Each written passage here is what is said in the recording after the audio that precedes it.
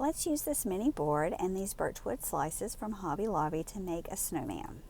I'm going to start by using this moss colored chalk paint to paint my base layer on my board. I'm going to paint the front, the back, and the sides so that it just has a nice full coverage. Now you can also just kind of dry brush this on. It doesn't have to be a completely solid coverage if you want a more distressed look.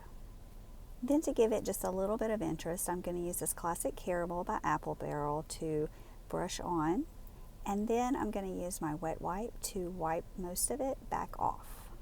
I'm going to leave it heavy in some places, and then in other places I'm going to try to wipe back a good bit of it to reveal that pretty green color, but I still want it to look distressed with the lighter brown.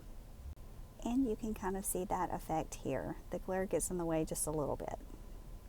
Now I'm going to line up my slices and put on a dab of this E6000 and then some hot glue on the edge for that quick set, and make sure that they stay on really nice. And I did try to arrange them, well, they're mostly the same size, but the one on the bottom is a little bit bigger, so I kind of tried to arrange them by size.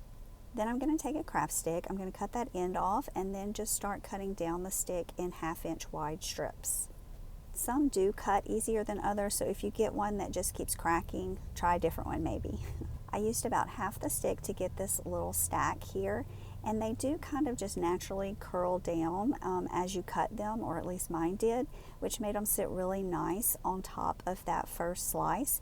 I'm just going to start gluing them on, and this is going to be his little hat.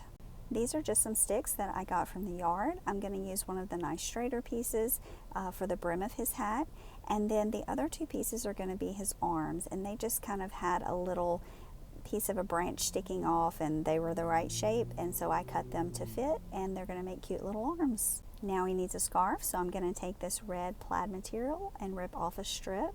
I'm fraying the edges, and then I'm going to tie it into a knot in the center there and glue it down between the first and second circle.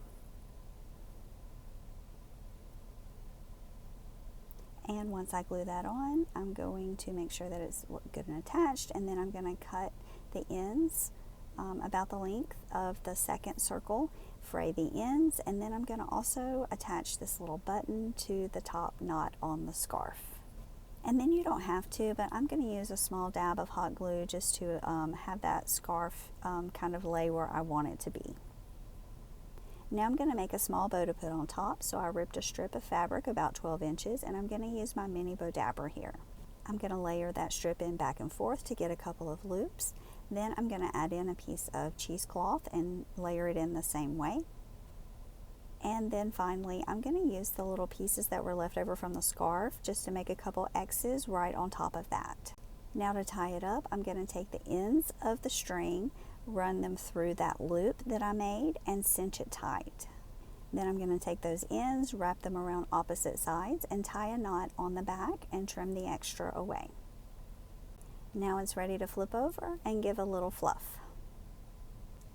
I'm going to use a little hot glue to get it secure in the place where I want it and trim those ends. I am going to keep them pretty short so that it doesn't take away or get in the way of my snowman.